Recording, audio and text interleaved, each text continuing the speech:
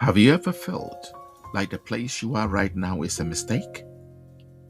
Like the real version of your life is somewhere else waiting for you to catch up? What if the position you almost dismissed is exactly where purpose needs you to be? Not for your recognition, but for someone whose deliverance may be connected to the courage your position makes possible. Before Esther became known for courage, she knew grief. Before she entered the palace, she experienced absence. The Bible does not tell us how old Esther was when her parents died. It does not describe the nights she may have cried. It does not tell us what memories she carried or how often she wondered what her life might have been if they had lived. Scripture gives us the fact of a loss, but behind that single sentence was a human life learning how to continue. Perhaps that's where some of us recognize ourselves in Esther.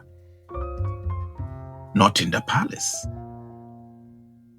not in the crown, but in the experience of having life change without our permission. A bereavement, a rejection, a relocation, a family breakdown, a career that ended unexpectedly, a responsibility placed upon us before we felt ready. Sometimes one event changes the direction of everything that follows. We may continue living, we may smile, we may work, we may care for others, but somewhere within us remains the question, what would my life have looked like if this had never happened? Esther could not return to the life she might have had. She could only move forward with a life that remained. But Esther was not abandoned. Mordecai took her into his home and raised her as his own daughter. He could not replace her parent, but he could refuse to let her carry her loss alone. God can take a life the world overlooks and place it within reach of extraordinary influence. Before people admired her position, she had lived with the pain of losing those who should have guided and protected her. Yet the same story that held her grief also carried her into the palace. Esther's rise was not an erasure of her past. It was preparation for a purpose she could not yet see. They see the crown. You feel the weight. They see the favor. You feel the isolation. They see the position. You feel the pressure of holding it alone. Esther carried both. The palace did not remove the orphan. The crown did not silence the loss.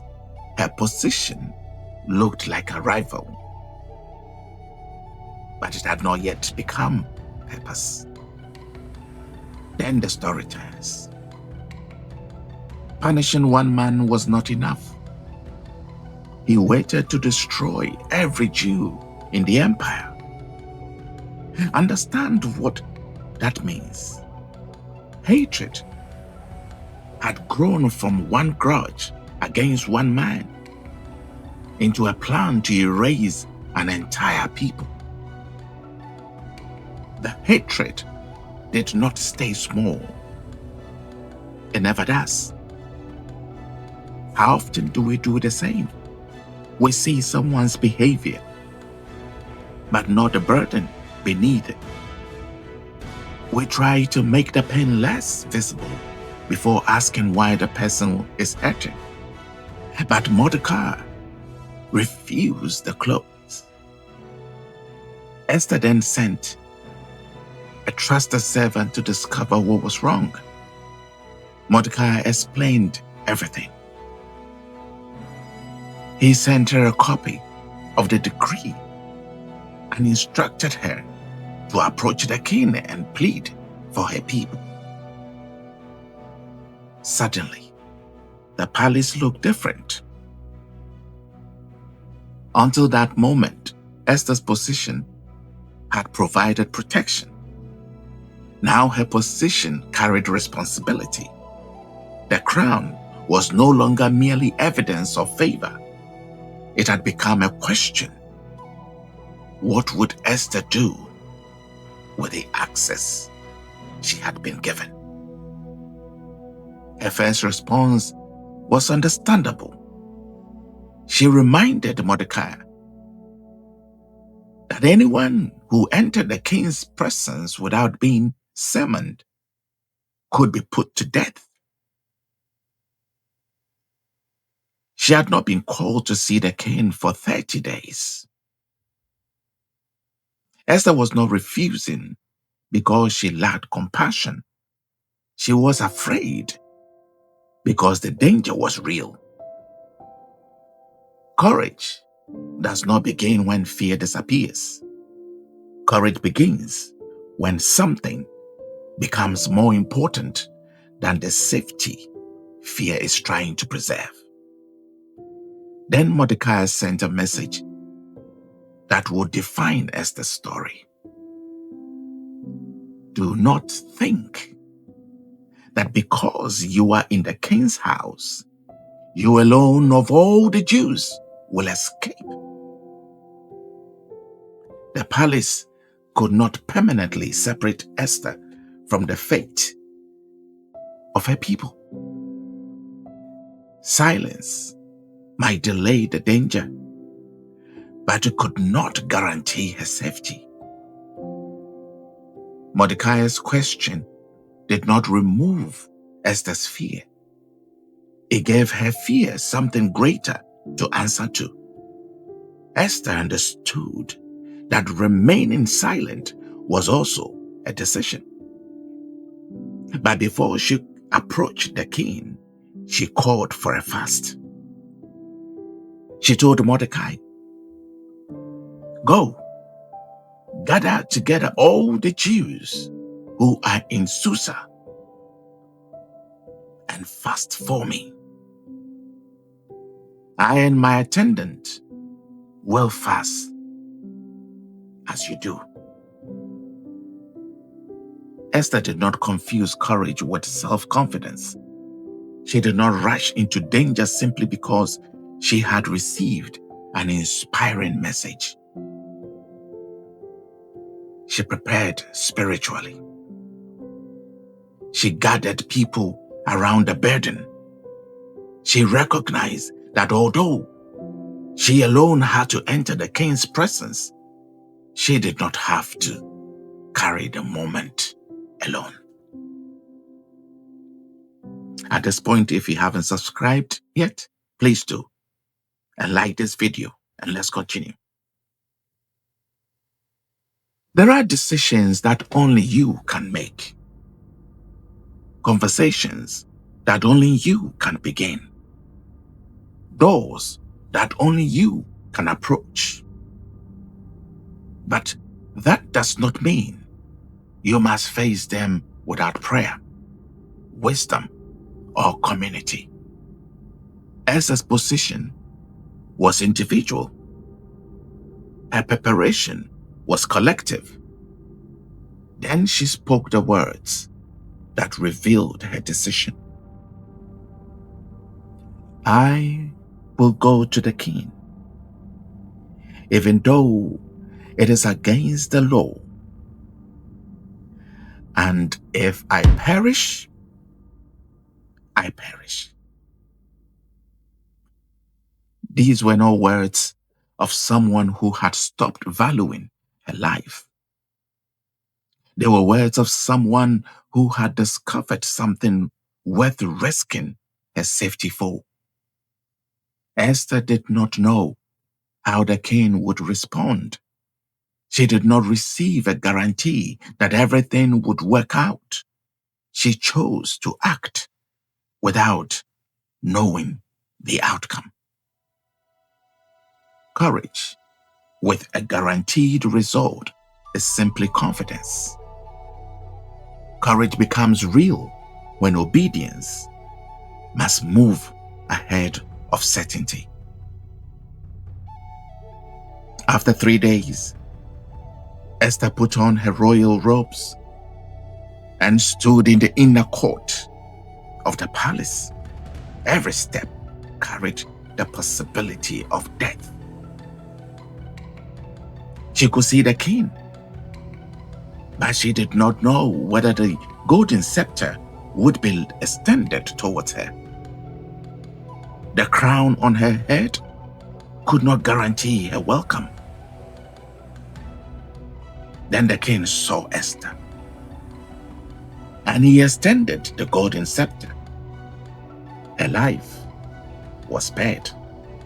But Esther had not come to save herself.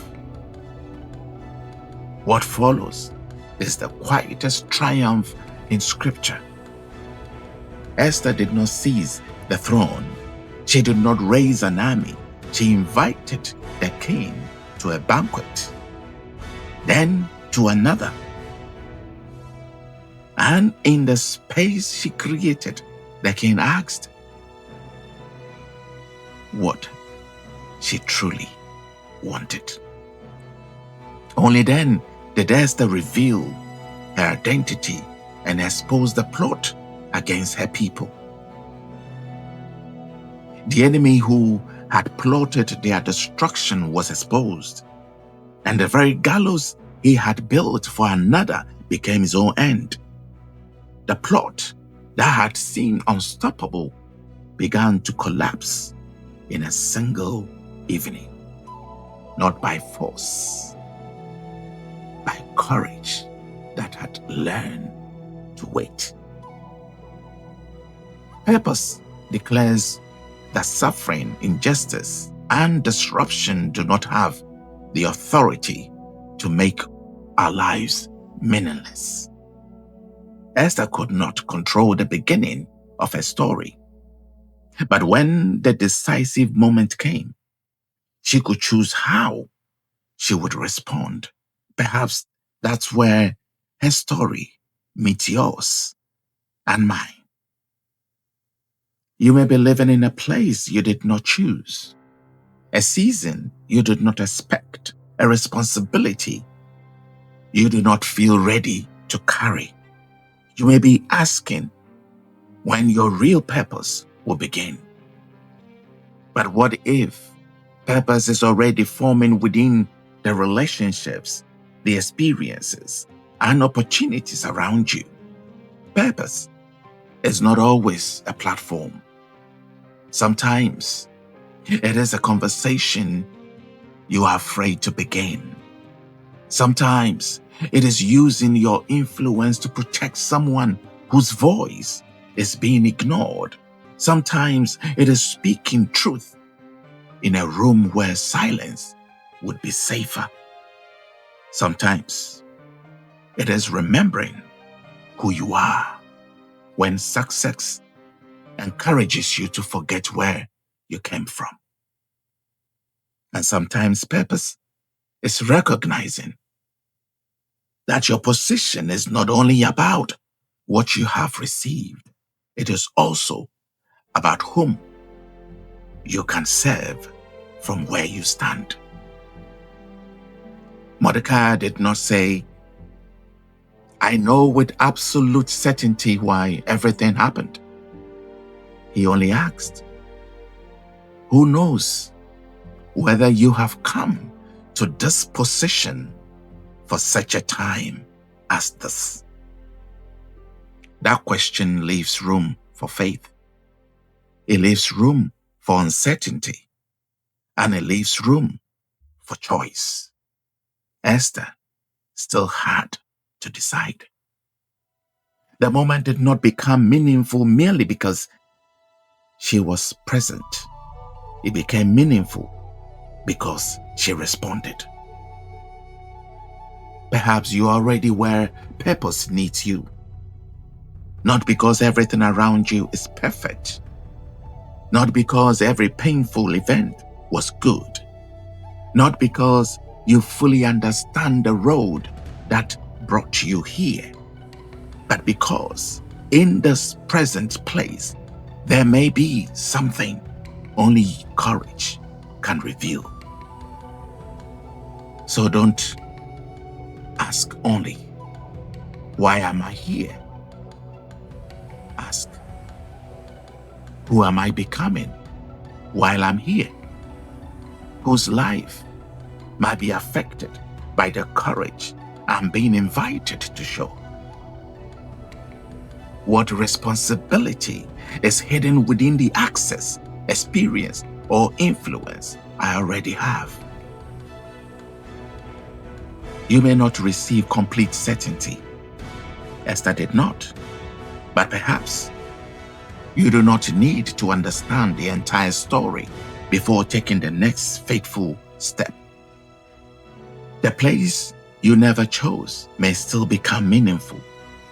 The season you did not expect may still prepare you, and the position you almost dismissed may be placing you within reach of someone else's deliverance. You may have been searching for purpose somewhere in a distance, but purpose is already asking something of you here, in this place, in this moment, for such a time as this. If Esther's story has spoken to you, share your comment, please. Have you ever discovered meaning in a place or season you did not choose? Your story may encourage someone who is still wondering why they are where they are. So, dear friends, if this message has blessed you, I would encourage you to subscribe and share, because there is someone who needs to be reminded that hope does not grow old. There is someone who will be blessed by your experience. Hope does not lose its voice. Hope does not grow old. Until same time, stay blessed.